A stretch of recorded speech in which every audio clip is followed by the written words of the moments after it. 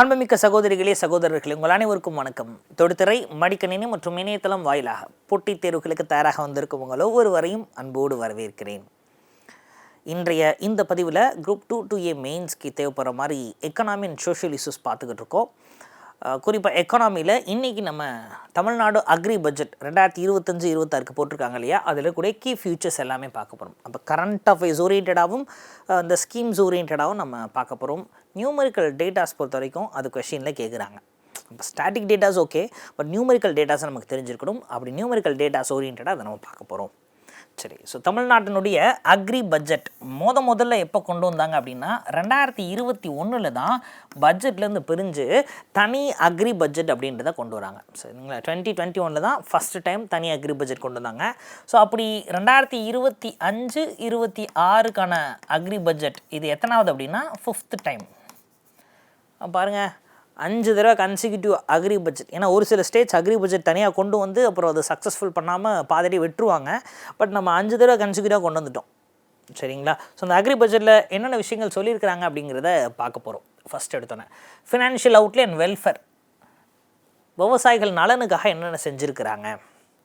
ஒட்டுமொத்தமாக டோட்டலாக 45,661 கோடி இன்வெஸ்ட் பண்ணியிருக்கிறாங்க சார். சரிங்களா, ஸோ ஒட்டுமொத்தமாகவே இந்த விவசாயிகளுக்கு மட்டும் இந்த பட்ஜெட்டில் 45,661 கோடி. சரிங்களா, எஸ், இதுவரை இல்லாத அளவுக்கு இதுதான் கிட்டத்தட்ட 8% இன்க்ரீஸ் பண்ணி இது 108% ஆகிருக்கு. போன வருஷத்தோட 8% இது அதிகம். சரிங்களா, ரைட்டு. ஸோ கிராப் லோன்ஸ் 17,000 கோடி என்ன பண்ணியிருக்காங்க அப்படின்னா கோஆப்ரேட்டிவ் கிராப் லோன்ஸ் கொடுத்துருக்குறாங்க சார். பயிர் கடன்கள்.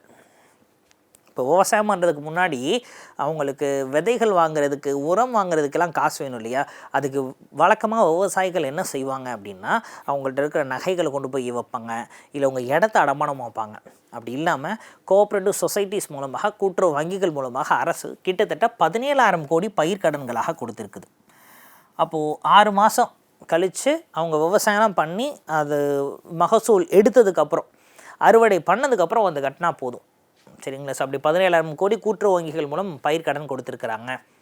சரி, ஸோ அடுத்ததாக அசிஸ்டன்ஸ் ஃபார் ஃபார்மர்ஸ் என்ன ஆகுது அப்படின்னா இந்த லேண்ட்லெஸ் லேபர்ஸ் இருக்காங்க இல்லையா, ஸோ இவங்களுக்கு ஆல்ரெடி நம்ம chief minister comprehensive health insurance scheme அப்படின்றது இருக்குது. முதல்வரின் விரிவான மருத்துவ காப்பீட்டு திட்டம் அப்படின்றது ஆல்ரெடி இருக்குது. இருந்தாலும் விவசாயிகளாக இருக்கிற பட்சத்தில் அவங்களுக்கு ஆக்சிடென்டலாக டெத் இருந்தது அப்படின்னா 2 லட்சம் ரூபாய் கொடுக்குறாங்க உங்கள் ஃபேமிலிக்கு. சரிங்களா, எஸ், நேச்சுரல் டெத்தாக இருந்தது அப்படின்னா 30,000 ருபீஸ் கொடுக்குறாங்க. ஸோ இப்போ விவசாயிகள் அவங்க எப்படின்னா நிலமற்ற விவசாயிகள், அந்த மாதிரி நிலைமை இல்லாத விவசாயிகள் இறந்தால் அவங்க என்ன நிலைமையில் இல்லை. இப்போ ஒரு சில குடும்பங்கள் எடுத்துக்கிட்டோம் அப்படின்னா பிரெட் வின்னர் அப்படின்றது ஆணாகத்தான் இருப்பார். திடீர்னு அவர் மறைஞ்சிட்டார் அப்படின்னா அந்த ஃபேமிலிக்கு கஷ்டம். ஒருவேளை நிலம் இருந்தது, நகைகள்லாம் இருந்ததுன்னா அதை வித்தாவது அவங்க ஏதாவது யூட்டிலைஸ் பண்ணிக்குவாங்க. இவங்கள்ட்ட நிலமும் இல்லை. ஸோ அப்போ என்ன பண்ணுறது, அதுக்காக தான் 2 லட்சம் ரூபாயும் ஒரு நேச்சுரல் டெத்தாக இருந்ததுன்னா 30,000 ருபீஸும் கொடுக்குறாங்க. சரி, ஸோ அடுத்து என்ன பண்ணுறாங்க, CM farmers welfare service centre, முதல்வரின் உழவர் நலச் சேவை மையங்கள் அப்படின்றத உருவாக்குறாங்க. சரிங்களா, ஸோ கிட்டத்தட்ட இதன் அடிப்படையில் 1000 சென்டர்ஸ் உருவாக்கியிருக்கிறாங்க சார். சரிங்களா, இது அக்ரி கிராஜுவேட்ஸ் மூலமாக நிர்வகிக்கப்படுகிறது. ஸோ இப்போது இதில் இவங்க என்ன பண்ணுறாங்க சார் அப்படின்னா விவசாயிகள் அந்த மண்ணுக்கு ஏற்ற மாதிரி எந்த உரத்தை பயன்படுத்தணும், சரிங்களா, அந்த மண்ணுக்கு ஏற்ற மாதிரி என்ன கெமிக்கல் மேனூஸ் அப்படின்றத குறைச்சி இயற்கை என்னென்ன உரங்களை பயன்படுத்தலாம்னு எக்ஸ்பர்ட் மூலமாக வெதர் கண்டிஷன்ஸுக்கு ஏற்ற மாதிரி எப்படி நம்ம யூஸ் பண்ணணும், இந்த மாதிரி பல்வேறு விஷயங்கள் எக்ஸ்பர்ட்ஸ் மூலமாக இவங்களுக்கு ஐடியா கொடுப்பாங்க சார். அது ஐடியா கொடுக்குறது தான் கிட்டத்தட்ட தமிழ்நாடு ஃபுல்லாக 1000 சென்டர்ஸை உருவாக்கியிருக்கிறாங்க. அப்போ இதுவே கேள்வியாக வரலாம். சரிங்களா, CM farmers welfare service centres கிட்டத்தட்ட இட் இஸ் டு எஸ்டாப்ளிஷ் 1000 சென்டர்ஸ்ன்றதை 500 சென்டர்ஸ் அப்படின்னு போட்டு ஸ்டேட்மெண்ட் பேஸ்ட் கொஸ்டினாக கேட்கலாம். கேட்டால் சிக்கிடுவோம் நம்ம. ஏன்னா எல்லா கண்டென்ட்டுமே கரெக்டு, எத்தனை சென்டர்ன்றதில் தப்பு பண்ணிடக்கூடாது. 1000 சென்டர்ஸ் கொடுக்குறாங்க. அடுத்ததாக ஹில் ஃபார்மர்ஸ் டெவலப்மெண்ட் ஸ்கீம் அப்படின்றாங்க. அது இனி ஹில் ஃபார்மர்ஸ் டெவலப்மெண்ட். ஏன்னா பொதுவாகவே எல்லா அரசாங்கங்களும் இந்த நிலத்தில், அதை தமிழில் நம்ம ரொம்ப அழகாக மருதம் அப்படின்னு சொல்கிறோம், பிளைன் சர்ஃபேஸில் இருக்கக்கூடியவங்க, இந்த மருதத்தில் இருக்கக்கூடிய விவசாயிகளுக்கு தான் நிறையா ஸ்கீம்ஸ்லாம் கொடுப்போம். இந்த ஸ்கீம்ஸில் பயனாளர்களாகவும் அவங்க தான் இருப்பாங்க. ஆனால் மலை பிரதேசங்கள் இருக்கக்கூடிய விவசாயிகளை நம்ம பெருசாக கண்டுக்க மாட்டோம்.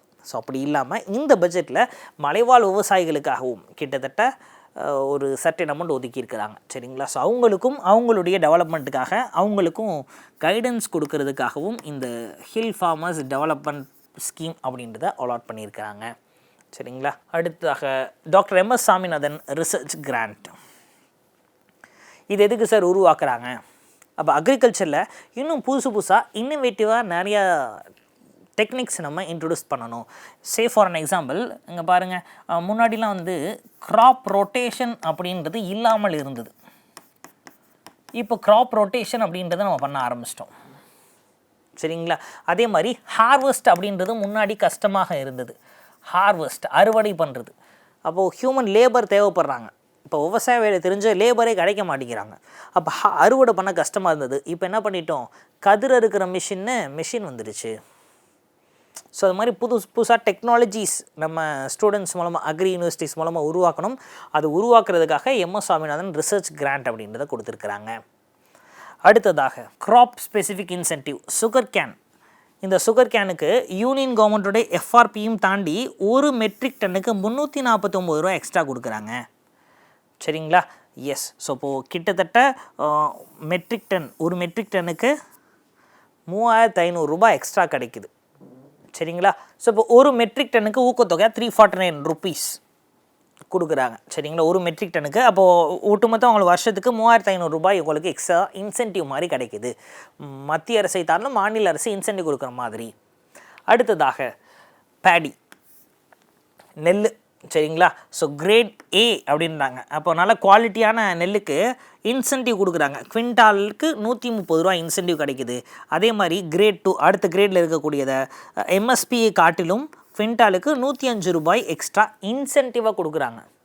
நல்லா புரிஞ்சுக்கணும் சரிங்களா. எஸ், அப்போது மினிமம் செல்லிங் ப்ரைஸாக சொல்கிறோம் இல்லைங்களா, இந்த மினிமம் ப்ரைஸ் வந்து மார்க்கெட்டுக்கு ஏற்ற மாதிரி கொடுத்துருவாங்க. கண்டிப்பாக நான் எவ்வளோ கொடுக்குறேன்னு சொன்னால் கொடுத்துருவாங்க. இது போக இன்சென்டிவாக ஒரு குவிண்டாலுக்கு 130 105 ரூபாயும் அரசு கொடுக்குது.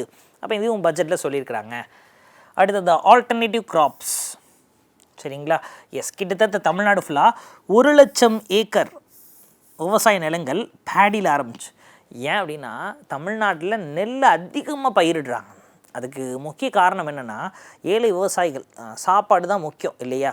அப்போது அந்த விவசாயிகள் என்ன பண்ணுறாங்கன்னா முதல்ல நம்ம குடும்ப சாப்பாடுக்கு ரெடி பண்ணிக்கோமேன்னு சொல்லிட்டு அவங்க பேடியை தான் போடுறாங்க நிறையா சரிங்களா. நெல் தான் போடுறாங்க. இந்த நெல்லை போடுறதுனால என்ன ஆகுதுன்னா இந்த மில்லட்ஸ் மற்றும் பல்சஸ், பருப்பு வகைகள், சிறுதானியங்கள் இதெல்லாம் வந்து நமக்கு பெருசாக கிடைக்க மாட்டேங்குது.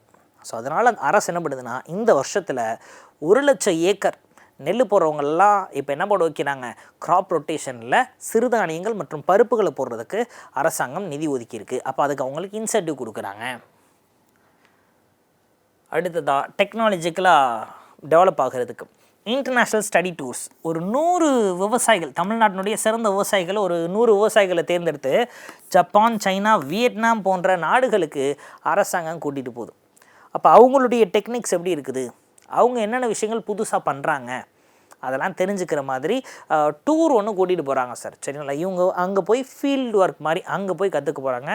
குறிப்பாக இந்த வியட்நாம்லாம் பார்த்தீங்க அப்படின்னா இந்தியா மாதிரி பெரிய நாடுக்கே ரைஸ் எக்ஸ்போர்ட்டில் டஃப்பு கொடுத்துக்கிட்டு இருக்கு சரிங்களா.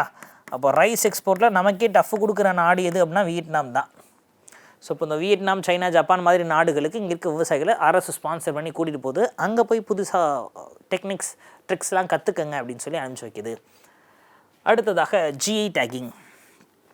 ஜிஐ டேக் அதாவது புவிசார் குறியீடு அப்படின்னு சொல்கிறோம், ஜியோகிராஃபிக்கல் இண்டிகேஷன் டேக். அப்போது இதுக்கு 15 லட்ச ரூபா ஒதுக்கியிருக்காங்க. ஸ்பெசிஃபிக்காக 5 ஸ்பெசிஃபிக் ப்ராடக்ட்ஸ்க்காக, 5 பொருட்களுக்காக மட்டும்.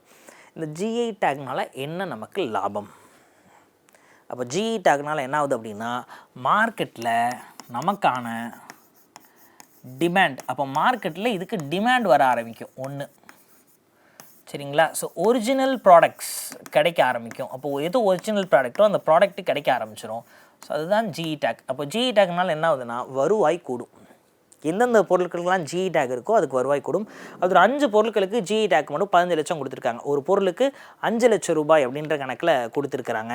எது அந்த 5 பொருள் அப்படின்றதையும் நம்ம பார்க்க போகிறோம். வேதாரண்யம் முல்லை சரிங்களா, நாகப்பட்டினம் மாவட்டத்தில் இருக்கிற வேதாரண்யம் முல்லை.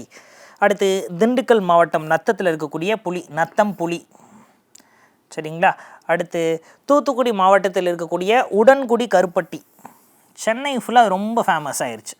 எங்கே திரும்பினாலும் கருப்பட்டி காப்பி இல்லைங்களா அப்படின்னு வந்துருச்சு. ஸோ உடன்குடி கருப்பட்டி தூத்துக்குடி மாவட்டத்தில் இருக்கக்கூடிய ஊர் தான் உடன்குடி, அந்த ஊர் கருப்பட்டி. விருதுநகர் மாவட்டம் சாத்தூரில் இருக்கக்கூடிய சாத்தூர் வெல்ரி. ஸோ இப்போ இது எல்லாமே இந்த வருஷ பட்ஜெட்டில் அனௌன்ஸ் பண்ணியிருக்கிறாங்க சார். சரிங்க, இந்த வருஷம் பட்ஜெட்டில் அனௌன்ஸ் பண்ண பொருட்கள் எல்லாமே வேதாரண்யம் முல்லை, நத்தம் புலி, உடன்குடி கருப்பட்டி, சாத்தூர் வெல்ரி அப்படின்றது. சரி, இன்னும் வேறு என்னென்ன விஷயங்களே அரசு செய்யுது அப்படின்றத பார்க்குறோம். Value added centres. அப்போது இது என்ன சார் வேல்யூ ஆடட் சென்டர்ஸ்? அப்போ வேல்யூ ஆடட்னா ஒன்றுமே கிடையாது. இப்போ சே ஃபார் அன் எக்ஸாம்பிள், நமக்கு பொருட்கள் கிடைக்கிது இல்லைங்களா, முந்திரி கிடைக்குதுன்னு வச்சுக்கோமே, முந்திரி கிடைக்குது, இல்லைன்னா வாழை, முந்திரி வேணால் வாழை எடுத்துக்குவோம், வாழை கிடைக்குது. சரிங்க, இந்த வாழை என்ன பண்ணலாம் அப்படின்னா, வாழை இலை இருக்குது இல்லையா, இந்த இலையே ஒரு ஷேப், அப்போ ரவுண்ட் ஷேப்லேயோ இல்லை இலை மாதிரி ஒரு ஷேப்லேயோ, சரிங்களா, எஸ் ஷேப்பில் அதை எடுத்துட்டோம் அப்படின்னா அதை மார்க்கெட் பண்ணலாம். யோசிச்சு பாருங்கள், பேக்கிங்க்கு தானே காசு. அப்போது இலை நார்மலாக கிழிஞ்சு இருந்துச்சுன்னா அதுக்கு அதிகமாக காசு கொடுத்து வாங்க மாட்டாங்க. ஆனால் அந்த இலையில ஏதாவது ஷேப்பாக வேல்யூவேட் பண்ணோன்னா அதை மார்க்கெட்டில் விற்கலாம். புரியுதுங்களா என்னென்னு? எஸ், சர்க்கரை இருக்குது இல்லையா, இந்த சர்க்கரை அப்படின்றது பாருங்கள் கரும்புலேருந்து எடுக்கிறோம். அப்போ கரும்புலேருந்து எடுக்கிறோன்னா கரும்புலேருந்து எடுக்கிற சர்க்கரை எப்படி இருக்கும், மஞ்சள் கலரில் தான் இருக்கும் இல்லைங்களா. ஆனால் மஞ்சள் கலரில் சீனி இருக்குது, இன்னொரு பக்கம் அந்த சீனியை மெருகேற்றி ஒயிட் அண்ட் ஒயிட்டாக இருக்குது. இது ரெண்டில் எந்த சீனி வேல்யூ ஆட் பண்ணியிருக்கிறாங்க அதிகமாக? ஒயிட் அண்ட் ஒயிட்டாக இருக்கிறது தான் கெமிக்கல் சீனி. அதை தான் சந்தையில் வாங்குவோம். நாமளே கடைக்கு போனாலும் ஒரு சீனி மஞ்சள் கலர் இருக்குது, இன்னொரு சீனி வெள்ளை கலரில் இருக்குது. எதை எடுப்போம்? இது வேணாம் அது எடு அப்படின்னு, ஆப்வியஸாக தான். ஸோ இப்போ வேல்யூ ஆடட் ப்ராடக்ட்ஸ். சரிங்களா. அப்போது கிட்டத்தட்ட இந்த வேல்யூ ஆடட் ப்ராடக்ட்ஸ்க்கு மட்டும் ஒரு 100 வேல்யூ ஆடட் சென்டர்ஸை உருவாக்கியிருக்கிறாங்க. சரிங்களா, வேல்யூ ஆடட் சென்டர்ஸ் ஒரு 100 உருவாக்குறாங்க. இதனால் என்ன ஆகுதும், விவசாயிகளுக்கு தங்களுடைய வருமானம் ரெட்டிப்பாகும். அடுத்ததாக கேஷ்யூ போர்ட், முந்திரி வாரியம். சரிங்களா, இந்த கேஷ்யூ அப்படின்னாலே அதுக்கு கடலூர் டிஸ்ட்ரிக்ட் அப்படின்றது ரொம்ப ரொம்ப ஃபேமஸ். குறிப்பாக கடலூர் மாவட்டத்தில் இருக்கக்கூடிய பன்ருட்டி அப்படின்னு சொல்கிறோம். இந்த பன்ருட்டி அப்படின்றது முந்திரிக்கு ஃபேமஸ். ஜி டேக்லாரை கொடுத்துருக்குறாங்க. சரிங்களா. ஸோ அப்படி கேஷ்யூ போர்ட், முந்திரி வாரியம் அப்படின்றது ஒன்று அமைக்கிறாங்க. ஸோ முதல் முறையாக முந்திரி வாரியம் இப்போ தான் அறிவிச்சிருக்கிறாங்க சார். இதுக்கு முன்னாடி தேங்காய்க்கு தனியாக இருக்குது, கோகனட் போர்ட் இருக்கிறாங்க. சரிங்களா. ஸோ அதே மாதிரி ஸ்பைசஸ் போர்டுன்றது கேரளாவில் இருக்குது, ரப்பர் போர்டுன்றது கேரளாவில் இருக்குது, டீ போர்டு அப்படின்றதும் இந்திய அரசால் உருவாக்கப்பட்டிருக்கு. அப்படி தமிழ்நாட்டில் நாம் கேஷ்யூ போர்டு அப்படின்றத உருவாக்குறோம். அடுத்ததாக ஃபார்மர்ஸ் ப்ரொடியூசர் ஆர்கனைசேஷன், FPO அப்படின்னு சொல்கிறோம், உழவர் உற்பத்தியாளர் அமைப்புகள். சிலபஸில் எதுவும் கொடுத்துருக்குறாங்க. ஓகே, இந்த FPO அப்படின்றது என்ன sir? It is a legal entity. ஆமாம், சட்டப்பூர்வமான அமைப்பு. இவங்க என்ன பண்ணுறாங்க அப்படின்னா, கூட்டுறவாக இருக்கக்கூடிய விவசாயிகள்லாம் ஒன்றா சேர்ந்து, இப்போ யோசிச்சு பாருங்கள், தமிழ்நாட்டில் இருக்கக்கூடிய விவசாயிகளில் பெரும்பாலானவர்கள் குறு மற்றும் சிறு விவசாயிகள். கொஞ்சம் தான் நிலம் வச்சுருக்கான். சரிங்களா, ஒரு 2 ஏக்கர் தான் என்கிட்ட இருக்குது அப்படின்னு வச்சுக்கோமே. 2 ஏக்கரில் என்கிட்டருந்து வர தக்காளி வெங்காயத்தை என்னால் விலை ஃபிக்ஸ் பண்ண முடியுமா? இல்லை. அப்போ என்ன பண்ணுவாங்கன்னா, இந்த மாதிரி 2 ஏக்கர் 1.5 ஏக்கர் அப்படிலாம் வச்சுருக்காங்க இல்லையா, இவங்கெல்லாம் ஒட்டு மொத்தமாக சேர்ந்து ஒரு அமைப்பாக உருவாக்கிடுவாங்க. அப்போ அந்த அமைப்பு தான் டீல் பேசும். இவ்வளோ டன் எங்கள்கிட்ட இருக்குது, எவ்வளோ. அப்போ கிட்டத்தட்ட இது கோஆப்ரேட்டிவ் சொசைட்டி மாதிரி. சரிங்களா. FPO அப்படின்றது கிட்டத்தட்ட கோஆப்ரேட்டிவ் சொசைட்டி தான், ஃபார்மர்ஸ் ப்ரொடியூசர்ஸ் ஆர்கனைசேஷன் அப்படிங்கிறது. சரிங்களா.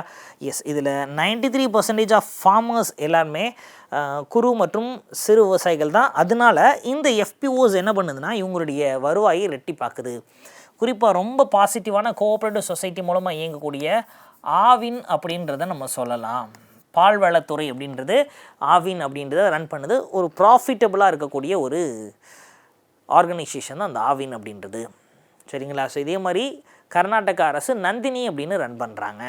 அப்படி ஒவ்வொரு ஸ்டேட்டில் அவங்கவுங்க பேர்களை போட்டு ரன் பண்ணிகிட்ருக்காங்க. அப்படி அமுல் அப்படின்றது குஜராத்தில் ரன் பண்ணக்கூடியது. சரிங்களா. ஓகேங்க. அடுத்ததாக இந்த இம்ப்ளிமெண்டிங் ஏஜென்சிஸ், அதாவது இந்த FPO இருக்கிறாங்க இல்லையா, ஃபார்மர்ஸ் ப்ரொடியூசர்ஸ் ஆர்கனைசேஷன், இதை இம்ப்ளிமெண்ட் பண்ணக்கூடிய ஏஜென்சிஸ் அப்படின்னு சொல்லிட்டு TNSFAC, Tamil Nadu small farmers agri business consortium. So இவங்களும் நபார்ட் இந்திய அரசால் உருவாக்கப்பட்டது. சரிங்களா. ஸோ 1982 இந்திய அரசால் உருவாக்கப்பட்டது தான் நபார்ட் பேங்க். சரிங்களா. National bank for agriculture and rural development அப்படின்னு சொல்கிறோம். ஒரு தேசிய வங்கி இது, நபார்டு வங்கி. ஸோ 82 உருவாக்கப்பட்ட இந்திய அரசாங்கத்தால் உருவாக்கப்பட்டது. ஸோ அதுவும் எஸ்எஃப்ஏசி அப்படின்னா ஸ்டேட் ஃபார்மர்ஸ் இல்லைன்னா ஸ்மால் ஃபார்மர்ஸ். சரிங்களா. ஸ்டேட் வராது, ஸ்மால் ஃபார்மர்ஸ். சரிங்களா. சிறு விவசாயிகள். ஸோ அவங்களுக்கான போர்டு. ஸோ இவங்களாம் சேர்ந்து தான் இதை வந்து செயல்படுத்திக்கிறார்கள். சரி சார், டிஎன்எஃப்ஓ பாலிசி 2025-26. ஸோ இது நமக்கு குரூப் 2 மெயின்ஸில் டெஸ்கிரிப்டிவாகவும் கேட்கலாம், இல்லை 2A மெயின்ஸில் அப்ஜெக்டிவ் பேஸ் பண்ணி கேட்கலாம். சரிங்களா. ஸோ இதில் ஒட்டுமொத்தமாக ஃபினான்ஷியல் சப்போர்ட் எவ்வளோ கொடுத்துருக்காங்க அப்படின்னா 60 lakh rupees கொடுக்குறாங்க. ஸோ புதுசாக எஃபிஓஸ் ஃபார்ம் பண்ணுறதுக்கு. சரிங்களா. ஆல்ரெடி இருக்கிற எஃபிஓஸ்க்கு 30 lakh rupees அலாட் பண்ணுறாங்க. புதுசாக உருவாக்கினா 60 லட்சம் ரூபாயும், ஆல்ரெடி இருக்கக்கூடிய வேளாண் பொருட்களை உற்பத்தி செய்து அதை விற்பனை செய்யக்கூடிய சங்கங்களுக்கு 30 லட்சம் ரூபாயும் கொடுக்குறாங்க. சரிங்களா. ஸோ இதுக்கு ஈக்விட்டி கிராண்ட் என்ன சார் அப்படின்னா, ஒரு மெம்பருக்கு 2000 rupees அப்படின்னு 15 lakh rupees ஒரு எஃபிஓக்கு 15 லட்சம் ரூபீஸ் ஈக்விட்டி கிராண்டாக கொடுக்குது. சரிங்களா. இதை கிட்டத்தட்ட மூலதனமாக கொடுக்குறாங்க சார், 15 லட்சம் ரூபாய். கிரெடிட் கேரண்டி, இப்போ கடன் கொடுக்கறது for loans up to 2 crores without collateral. அதுதான் முக்கியமானது. சரிங்களா. வழக்கமாக கடன் நம்ம பேங்க்கில் போய் கேட்குறோன்னா அவங்க வந்து அதுக்கு கொலேட்ரலாக ஏதாவது கொடுங்க, ஒன்று இடத்த கொடுங்க, இல்லை நகையை கொடுங்க, கோல்டோ இல்லை லேண்டோ கேட்பாங்க. ஆனால் தமிழ்நாடு அரசு என்ன பண்ணுது அப்படின்னா, எதுவுமே இல்லாமல் 2 கோடி ரூபாய் வரைக்கும் கடன் கொடுக்குறோம். ஒரு எஃபிஓக்கு 2 கோடி வரைக்கும் நாங்கள் கடன் கொடுக்குறோம், பிணை இல்லாமல், எந்த கொலேட்ரல் செக்யூரிட்டி எதுவுமே இல்லாமல் 2 கோடி வரை கடன் கொடுக்குறோம் அப்படின்னு சொல்கிறாங்க. அந்த கடனை குறிப்பிட்ட காலம் கொடுத்துறாங்க. அது வரை வட்டியே கிடையாது, அதுக்கப்புறம் தான் வட்டியே ஸ்டார்ட் ஆகுது. ஸோ புரியுதுங்களா. ஸோ இப்போது தமிழ்நாடு எஃபிஓ பாலிசி 2025-26 என்னென்ன சொல்லியிருக்கிறாங்க அப்படின்னு சொல்லிட்டு. சரி, ஸோ இதனால் என்னென்ன பெனிஃபிட்ஸ் அப்படின்றதையும் அவங்க கொடுத்துருக்குறாங்க சார். சரிங்களா.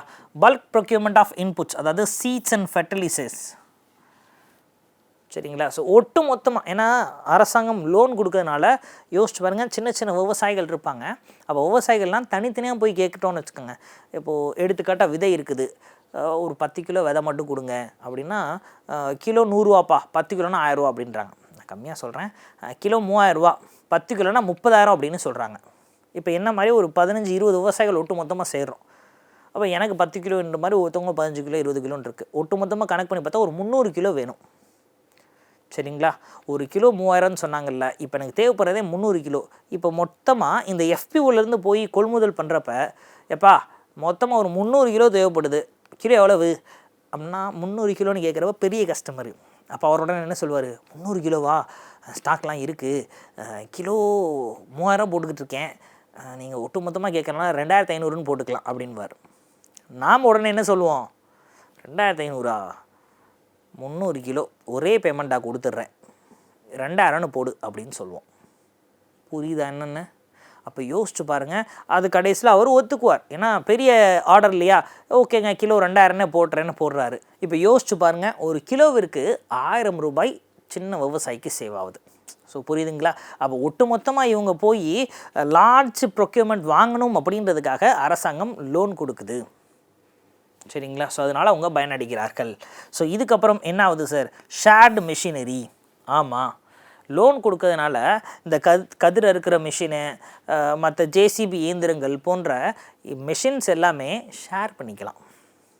ஆல்ரெடி இ வாடகை அப்படின்னு ஒரு ஸ்கீமு தமிழ்நாடு அரசு கொண்டு வந்திருக்குது.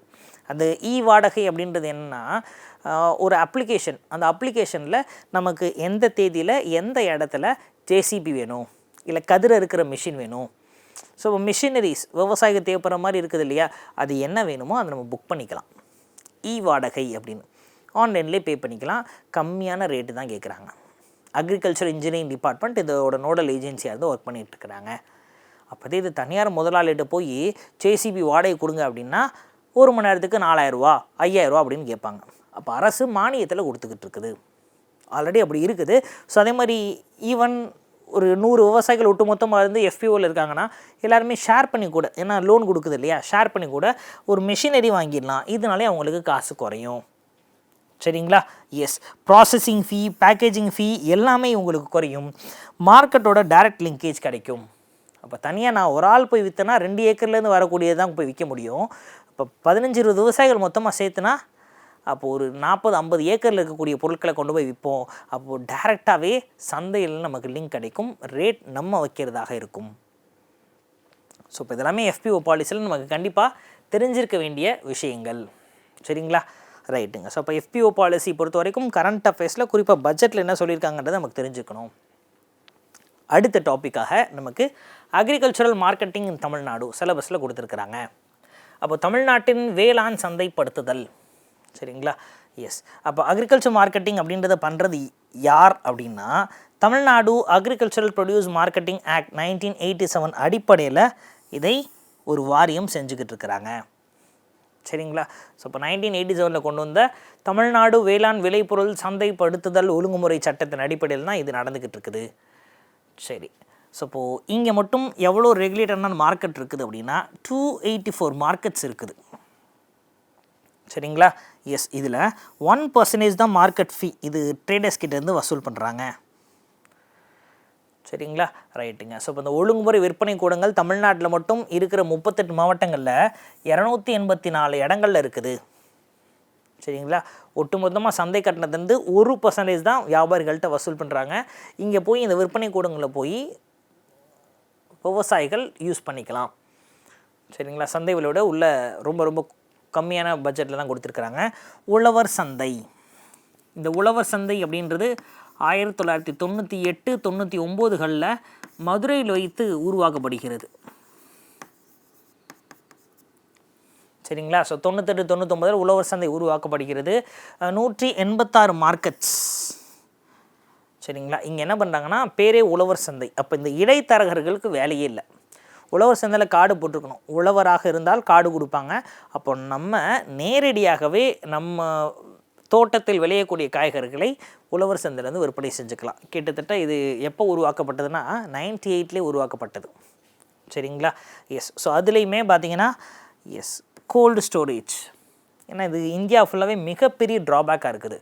இப்போது பொருள் நமக்கு வந்துருச்சு, அதை பதப்படுத்தி வச்சுருந்தா தான் இன்னும் 2-3 நாளைக்கு இழுத்துக்க முடியும். ஆனால் பதப்படுத்துறதுக்கு நமக்கு வசதி இல்லை. சரிங்களா? அதனால் அரசு என்ன பண்ணிச்சுன்னா இந்த கோல்டு ஸ்டோரேஜுக்கு ஃபண்ட்ஸ் அலாட் பண்ணியிருக்கு. சரிங்களா? எஸ், எலக்ட்ரானிக் வெயிட்டிங் ஸ்கேல்ஸுக்கு அரசாங்கம் ஃபண்ட்ஸ் அலாட் பண்ணியிருக்கு. சரிங்களா? இப்போ உழவர் சந்தைகள் மூலமாகவும் விவசாயிகளுக்கு வருவாய் கொடுப்பதற்கான வேலைகளை அரசு செஞ்சுருக்குது. ஸோ அடுத்ததாக பிளெட்ஜ் லோன் ஸ்கீம். இது என்ன சார்? பயிர் ஈட்டு கடன் திட்டம். அது என்னென்னா விலை குறையுது இல்லையா? ஆமாம், விலை குறையிறப்ப இந்த கோல்டு ஸ்டோரேஜ் மூலமாக அந்த பொருட்கள் எல்லாம் போய் பத்திரமா கோல்டு ஸ்டோரேஜில் சேவ் பண்ணி வச்சு, சரிங்களா? ஸோ அதற்கப்புறம் திரும்ப விலை கொஞ்சம் கொஞ்சமாக இன்க்ரீஸ் ஆகும் இல்லையா? இன்க்ரீஸ் ஆகிறப்ப அதை வச்சுக்கலாம் சார். ஸோ அப்படி இந்த பிளெட்ஜ் லோன் ஸ்கீமில் 15 டேஸ் முதல் 15 நாட்களுக்கு ஃப்ரீ, 15 நாளைக்கு அப்புறம் தான் 5% வாங்குகிறாங்க. சரிங்களா? எஸ், கிளியராக இருக்கிறோமா? 5%. இதில் கிட்டத்தட்ட நம்ம போய் வச்சு அங்கே கொடுத்து 3 லட்சம் வரைக்கும் கடன் வாங்கிக்கலாம். 3 லட்சம் வரைக்கும் கடன் வாங்கிக்கலாம். விலை ஏறணுன்னு 15 நாளைக்கு அப்புறம் விலை ஏறி இல்லையா? இப்போ 15 நாள்னால் அதிகம்தான். ஏன்னா உணவுப் பொருட்கள் இல்லையா? தக்காளி விலை பாருங்கள், ஒரு 2 நாள் வந்து கம்மியாக இருக்க மாதிரி இருக்கும், 3-4 நாள் திடீர்னு 20 ரூபா 30 ரூபான்னு போகும், திடீர்னு ஹையாக போயிடும். டிமாண்டு தானே, அதான் நம்ம எக்கானமியில் அழகாக படிச்சிருப்போம், டிமாண்ட் அண்ட் சப்ளை அப்படின்னு.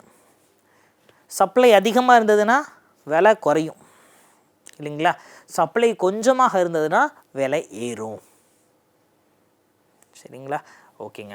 ஸோ அடுத்தது, சரி, இந்த சந்தைப்படுத்துதல் அப்படின்னு சொல்கிறாங்க இல்லையா, மார்க்கெட்டிங், இதில் என்னென்ன விஷயங்கள் பிரச்சனையாக இருக்குது, என்னென்ன சவால்களை நம்ம சந்திக்கிறோம் அப்படின்னு பார்க்குறாங்க. போஸ்ட் ஹார்வெஸ்ட் லாஸ்ட் கிட்டத்தட்ட 6-10% என்ன ஆகுது அப்படின்னா, போய் அறுவடை பண்ணி எடுத்தாச்சு, தக்காளியோ பழங்களோ காய்கறியோ எடுத்து அதை நம்ம சந்தைக்கு கொண்டு போகிறதுக்குள்ளேயே அழுகிடுது. சரிங்களா? கிட்டத்தட்ட இதில் மட்டுமே 6-10% லாஸ் ஆகிடுது. காரணம் என்ன? நமக்கு அந்த பதப்படுத்தக்கூடிய மையங்கள் பெருசாக கிடையாது, அக்சஸ் இல்லை. சரி, அடுத்ததாக ப்ரைஸ் வாலட்டிலிட்டி. அதனால் ப்ரைஸ் வாலட்டிலிட்டி ஹை ஃப்ளக்சுவேஷன்ஸ் இருக்குது சார். குறிப்பாக ஆனியன் அண்ட் டொமேட்டோஸ், இது ரெண்டுமே நம்ம ஒரு 2 வருஷத்துக்கு முன்னாடி பார்த்தோம் இல்லையா? கிலோ 200 வரைக்கும் ஆனியன் போச்சு. இஸ்ரேலேருந்து தான் ஆனியன் கொண்டு வந்திருந்தாங்க. ஆமாம், டொமேட்டோ சவுத் ஈஸ்ட் ஏஷியாலேருந்து இறக்கியிருந்தோம் இல்லைங்களா? விலை கூடியது 100, 150 அப்படின்னு. அப்போ இது ரெண்டுமே ப்ரைஸ் வாலட்டல், ஃபிக்ஸ்டு ப்ரைஸாக இருக்காது. வரத்தை பொறுத்த வரைக்கும் அதிகமாக வந்துச்சுன்னா ரேட் குறையும், கொஞ்சமாக வந்தால் ரேட் கூடும். ஸோ இப்போ இது ஒரு பிரச்சனையாக இருக்கிறது. அடுத்து இன்அடிக்குவேட் கிரேடிங். அது என்ன சார் இன்அடிக்குவேட் கிரேடிங்? அப்போ எது முதல் தரம் எது ரெண்டாவது தரம்ன்றதே நமக்கு காய்கறிகள் கரெக்டாக சொல்ல முடியலை. ஒவ்வொரு விவசாயிகள் கொண்டு வரக்கூடியது இல்லைங்களா? ஸோ அதில் கரெக்டாக நம்மளால் சொல்லவே முடியலை. இது கிரேட் 1, இது கிரேட் 2 அப்படின்னு. ஆனால் தொழிற்சாலைகளில் உற்பத்தி செய்யக்கூடிய பொருட்களை நம்மளால் ஈஸியாக சொல்ல முடியும். ஸோ இப்போ இது ஒரு பிரச்சனையாக பார்க்கப்படுகிறது. சரிங்களா?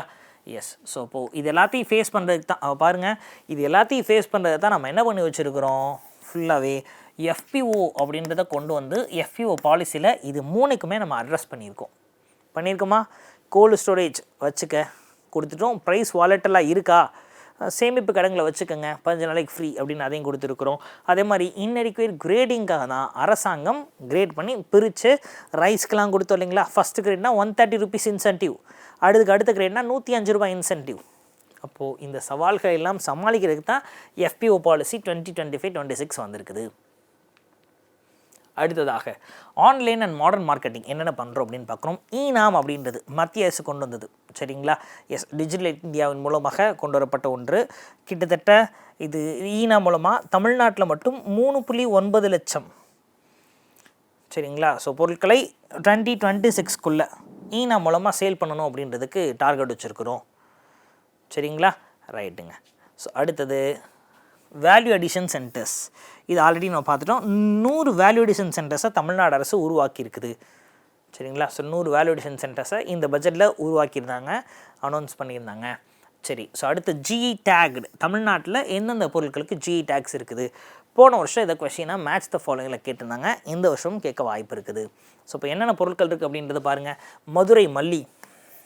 சரிங்களா? எஸ். அப்போது ஈரோடு மஞ்சள். அப்போ மதுரை மல்லி அதோட சிக்னிஃபிகன்ஸ் என்ன சார் அப்படின்னா thick petals and long lasting fragrance. அப்போ மதுரை மல்லி அந்த மொட்டு இருக்குது இல்லையா, அந்த மொட்டு ரொம்ப கனமாக இருக்கும். அந்த மதுரை மல்லியினுடைய வாசம் ரொம்ப நேரத்துக்கு இருக்கும். அடுத்து பாருங்கள் ஈரோடு டர்மரிக், ஈரோடு மஞ்சள். இந்த ஈரோடு மஞ்சள் அப்படின்றது எதுக்கு அப்படின்னா இதில் இருக்கக்கூடிய குக்குமின் கண்டென்ட் ரொம்ப ஹையாக இருக்கும். மஞ்சளே ஒரு கிருமி நாசினி தான் இல்லையா, கேன்சர் நோயெல்லாம் குணப்படுத்தக்கூடியது அப்படிலாம் சொல்கிறாங்க. அந்த குர்குமின் கண்டென்ட் ஈரோட்டிலேருந்து கிடைக்கக்கூடிய மஞ்சளில் அதிகமாக இருக்கிறது. அடுத்ததாக சிறுமலை ஹில் பனானா.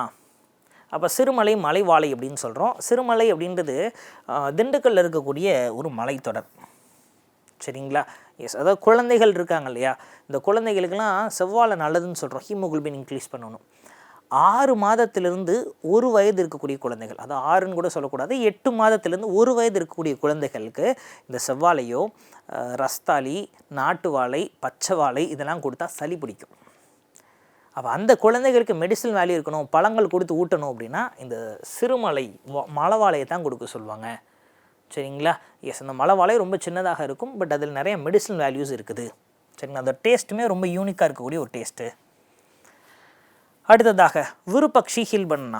விருப்பக்ஷியில் இருக்கக்கூடிய மலை வாழை அதே தான், சிறு மலை மாதிரி தான் விருப்பக்ஷி அப்படின்றதுமே. இதுவுமே திண்டுக்கல் மாவட்டத்தில் இருக்கக்கூடியது தான்.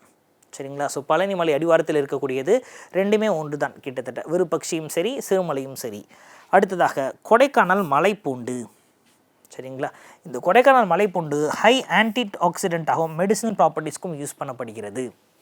சரிங்களா? அந்த கொடைக்கானல் மலைப்பூண்டு பொறுத்த வரைக்கும் கொடைக்கானலில் தாண்டி பூண்டி அப்படின்னு சொல்லிட்டு ஒரு இடம் இருக்குது. அந்த பூண்டியில் தான் அது ரொம்ப அதிகமாக உற்பத்தி பண்ணுறாங்க. சரியா? ஸோ அடுத்ததாக ஸ்ரீவில்லிபுத்தூர் பால்கோவா. இது ரொம்ப ஃபேமஸான ஒரு விஷயம். காரணம் என்னென்னா ஸ்ரீவில்லிபுத்தூரில் நிறையா பால் பண்ணைகள் அதிகமாக இருக்கிறது. ஸோ அதனால் அங்கே ஸ்ரீவில்லிபுத்தூர் பால்கோவா ரொம்ப ரொம்ப ஃபேமஸ்ஸு. ஸோ அடுத்ததாக கோவில்பட்டி கடலை மிட்டாய். இந்த ஸ்ரீவில்லிபுத்தூர் அப்படின்றது விருதுநகர் மாவட்டத்தில் வருது. கோவில்பட்டி கடலை மிட்டாய் எதுக்கு அப்படின்னா அந்த பகுதியில் எக்கச்சக்கமாக கடலை, நிலக்கடலை உற்பத்தி பண்ணுறாங்க. ஸோ அதிலிருந்து வெள்ளத்தை போட்டு உருவாக்குறதுனால அந்த ஏரியாவில் அது ஃபேமஸாக GE டேக் கொடுத்துருக்கோம்.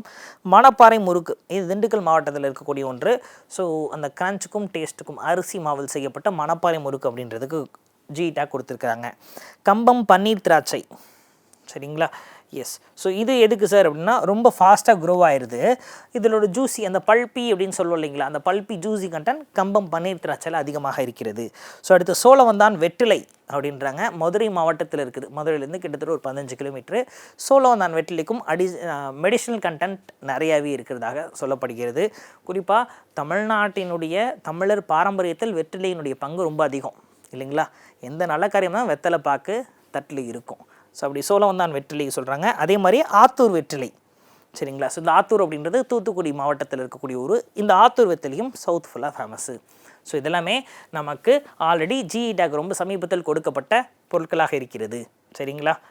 S. So with this we are holding today session. அப்போது தமிழ்நாடு பொருளாதாரத்தில் எக்கனாமிக்கலாக டிஎன் அக்ரி பட்ஜெட்டில் என்னென்ன விஷயங்கள் பேசியிருக்காங்க அப்படின்றத நம்ம நியூமெரிக்கல் டேட்டாஸோட பார்த்தாச்சு. இதன் தொடர்ச்சி அடுத்த பதிவில் நம்ம பார்க்கலாம். நன்றி.